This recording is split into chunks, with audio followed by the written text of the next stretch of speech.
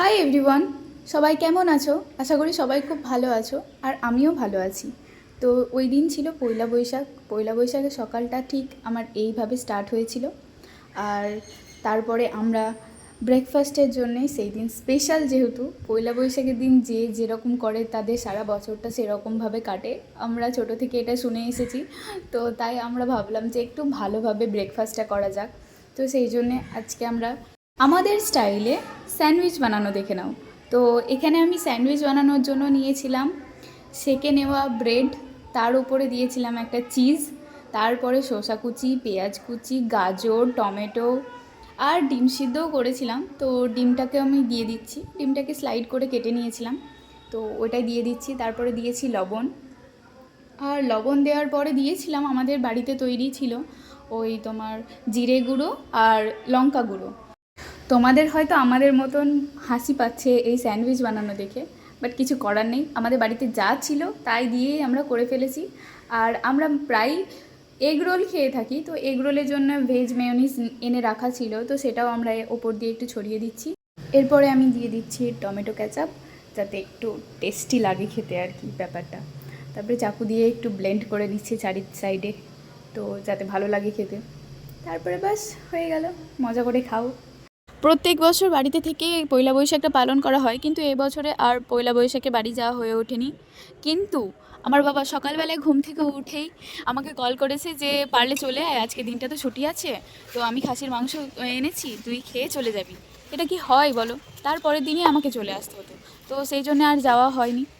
যাই হোক, সেই জন্য আমি আর বেশি মন খারাপ না করে আমার কাজে লেগে পড়েছি।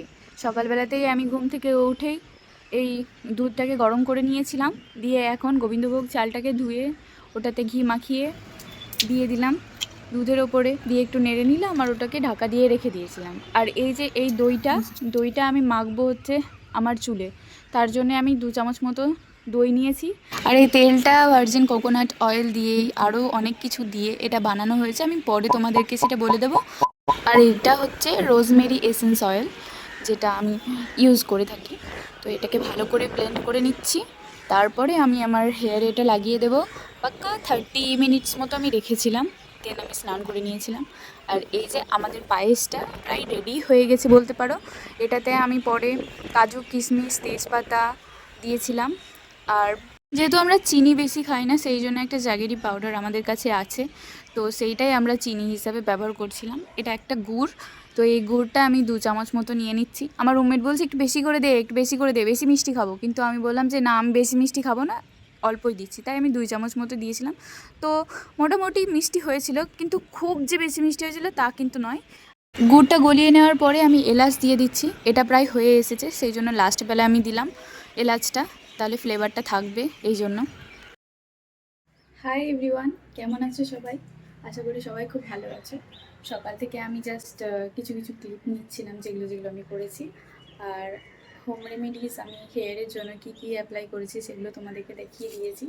তো আফটার হেয়ার ওয়াশ আমার হেয়ারটা কিছুটা কীরকম লাগছে, এখনও আমি হেয়ার সিরাম লাগাইনি। তো এই জাস্ট স্নান টান করে পুজো দিলাম, দিয়ে তোমাদের সামনে আসছি। আর এরপরে খাওয়া দাওয়া করবো। আজকে ভাবছি যে আমরা সোনাঝুরি হাটে যাব, অনেক জিনিসপত্র কিনবো। আর হ্যাঁ, আজকে হচ্ছে পয়লা বৈশাখ, তো সবাইকে শুভ নববর্ষ। নববর্ষে সকলকে অনেক অনেক শুভেচ্ছা। সবার যেন দিনটা খুব ভালো কাটুক, ইভেন সারা বছর ভালো কাটুক আমি চাইবো। আর আমাদের পাশের ফ্ল্যাটে কিছু হয়তো ওকেশন আছে, যে কারণে প্রচুর প্রচুর লাউড সাউন্ডে ওরা গান বাজাচ্ছে। চলো, আমি পুজো দিয়ে এসেছি যেহেতু, তো প্রসাদটা খেয়ে নিই, আর তোমাদেরকে আমাদের ছোট্ট ঠাকুর ঘরে কী কী ঠাকুর আছে তোমাদেরকে দেখাই। চলো, এই হচ্ছে আমার ঠাকুর ঘর। আমি ঠাকুরকে পুজো দিয়েছি, আর ধূপ দিয়েছিলাম, তারপরে কর্পূর জ্বালিয়েছিলাম। আর আমরা প্রদীপ জ্বালাই না, তাই মোমবাতি জ্বালাই। তো আজকের পয়লা বৈশাখের মেনুতে ছিল আমাদের ভেন্ডির তরকারি আর ডাঁটা, যেটা হয়েছিল সর্ষে আর পোস্ত দিয়ে বানানো, আর খুব ভালো লেগেছিল খেতে। আর ডিমের কারি ছিল। এই ছিল আমাদের আজকের মেনু। আর খাবার দাবার খেয়ে আমরা তো টানা ঘুম দিয়েছি, ঘুম থেকে উঠেই সাইকেল নিয়ে বেরিয়ে পড়েছি ঘুরতে, যে একটু বোলপুরের আশেপাশে সাইডগুলো ঘুরবো। আর সোনাঝুরি হাট যাব বলেছিলাম, তো ওই দিকেই রওনা দিচ্ছি। আমার না বোলপুরের রাস্তাঘাট ভীষণ ভালো লাগে, বিশেষ করে এই ভেতর দিকে রাস্তাগুলো দেখো কত সুন্দর গাছে মোড়ানো, আর কি মিষ্টি পাখিগুলো ডাকছে, কি ভালো লাগছে। পুরো রাস্তা ফাঁকা, ওই দু একজনকে দেখতে পাবে রাস্তাতে, এর বেশি আর নেই। আর এত শান্ত এই ভেতরে, বেশি গাড়িও চলাচল করে না, খুব ভালো লাগছিল এই রাস্তা দিয়ে যেতে। আচ্ছা, তোমাদের কেমন লাগছে এই রাস্তাগুলো দেখতে আমাকে কমেন্টে জানিও। এটা বোধহয় অরবিন্দ পল্লী বলে।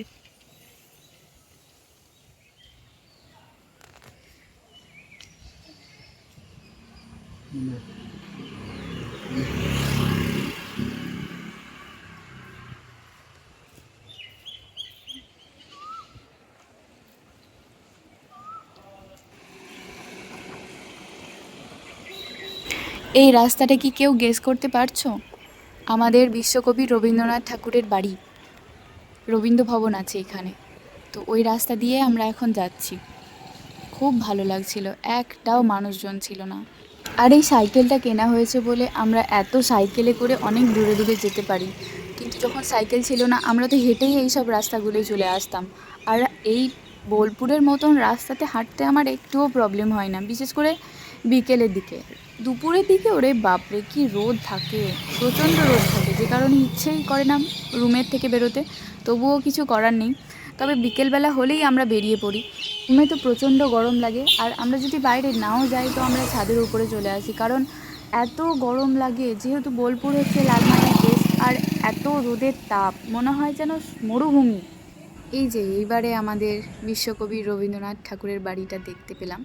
আমি তো এখানে অনেকবারই এসেছি, আর পুরো ঘুরে দেখাও হয়ে গেছে। তোমরা এসেছো এখানে? কমেন্টে জানিও তো।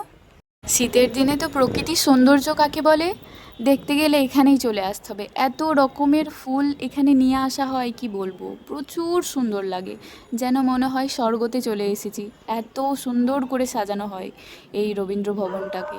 তোমরা যারা যারা ভাবছো যে বোলপুর আসবে, তারা কিন্তু গরমের দিনে না এসে শীতের সময় আসবে, তাতে তোমরা আরাম করে ঘুরে দেখতে পারবে। আর গরমের দিনে কি হয় যে পুরো ঘেমে যাবে, দেখতে কোনো কিছু ইচ্ছা করবে না, যেন মনে হবে একটা জায়গায় বসে থাকি, এরকমই ফিল হবে। তো আমি তো সাজেস্ট করবো যে তোমরা শীতের দিনেই এসো পারলে, গরমের দিনে মজা নেই বোলপুরে। বোলপুর টোটো কাকুর জন্য এই জায়গাটা প্রচুর ফেমাস হয়ে গেছে এখন। এই তাল গাছটার নাকি 43 লক্ষ টাকা দাম, যেটা জাপান থেকে নিয়ে আসা হয়েছে। আর এইটা নাকি সেলাই করা হয়েছে, ওই গাছটার নাকি অপারেশন হয়েছে, এটা বলে প্রচুর ভাইরাল লেগেছে।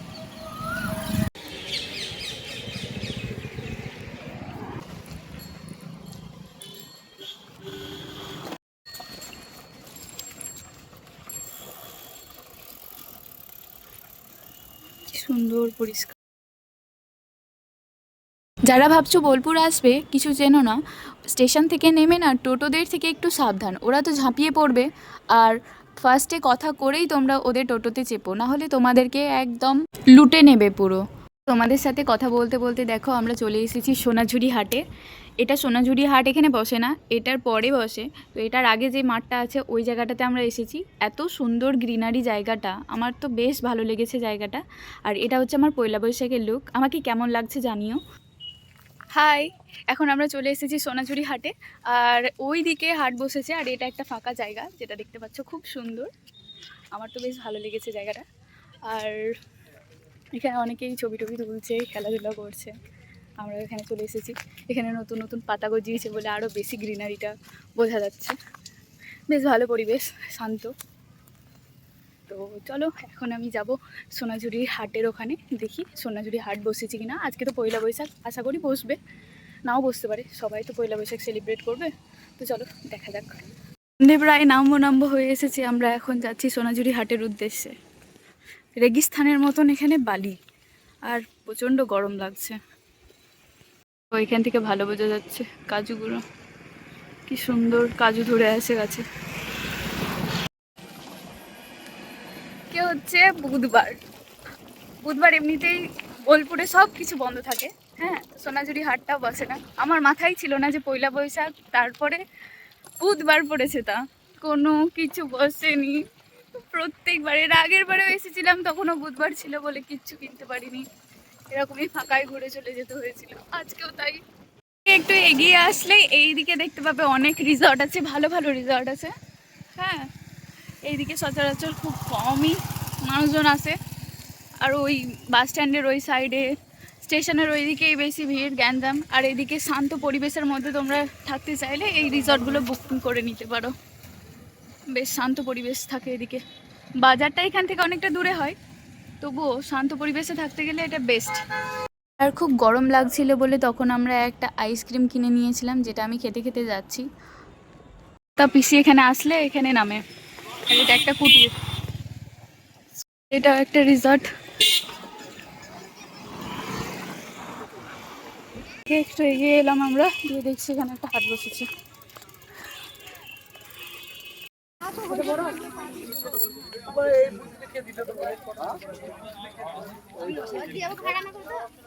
আমি নিজে পছন্দ করবো।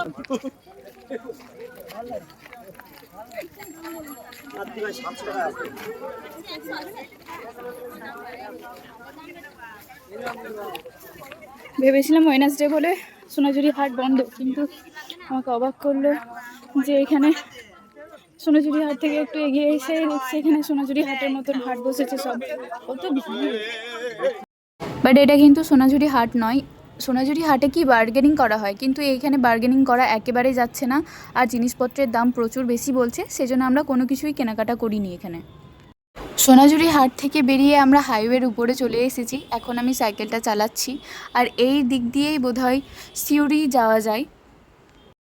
সন্ধে হয়ে গেল আর আমরা এখনো সাইকেলে যাচ্ছি, প্রচুর দূর এখনো আমাদের বাড়ি পৌঁছাতে।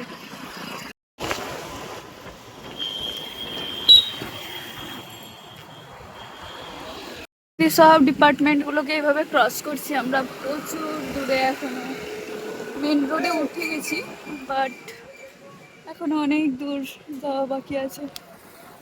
15 কিলোমিটারেরও বেশি হয়তো আমরা চলে এসেছি আমাদের রুম থেকে সাইকেলে করে, সোনাঝুরি হাটের থেকে এইদিকে। এখানেও মেলা বসে। বাড়ি গিয়ে এখন ফ্রেশ হবো, তার আগে ভাবছি আমি একটু ঘুগনি করবো, দিয়ে খাবো। বাইরেকার আর কিছু খাবো না, অনেক বাইরেকার খাবার খাই। আজকে আমরা একদমই বাইরেকার খাবার খাবো না, সকাল থেকেই খাইনি, এখনও খাবো না, ওই আইসক্রিমটা ছাড়া। এবারে আমরা চলে এসেছি বাস স্ট্যান্ডের এই সাইডে, যেখানে আমাদের ঐতিহ্যবাহী সিনেমা হল, যেটা বোলপুরের খুব ফেমাস। আর এখানে আমরা অনেক সিনেমা দেখেছি, তো অনেক স্মৃতি জড়িয়ে আছে। আর এই জাস্ট আমি রুমে পৌঁছালাম, এত গরম লেগেছে সাইকেল চালিয়ে, পুরো ঘেমে গেছি দেখতেই পাচ্ছ। তারপরে আমি ফ্রেশ হয়ে একদম শান্তি করে পায়েসটা খেয়ে নিচ্ছিলাম। দুপুরবেলায় পায়েস খাইনি, প্রচুর খেয়ে ফেলেছিলাম, সেই জন্য পেট ভরে গেছিলো। আর পয়লা বৈশাখের প্রথম দিন, তাই দেখছি যে সবাই কীর্তন করতে বেরিয়েছে। তো আমি সেটাই ফ্ল্যাটের ব্যালকনি থেকে দেখছিলাম যে সবাই কত সুন্দর কীর্তন করছে। আমাদের গ্রামেও হয় এই রকম, তো দেখে খুব ভালো লাগছিল, প্রণাম করে নিলাম। তো এই ছিল আমার পয়লা বৈশাখের ব্লগ। তো যদি তোমাদের কিছু ভালো লেগে থাকে তাহলে প্লিজ লাইক কমেন্ট শেয়ার করতে ভুলো না। আর নেক্সট ভিডিও খুব তাড়াতাড়ি দেবো। কারা কারা আমার ভিডিও দেখছো আমাকে কমেন্টে জানিও। ওকে, বাই।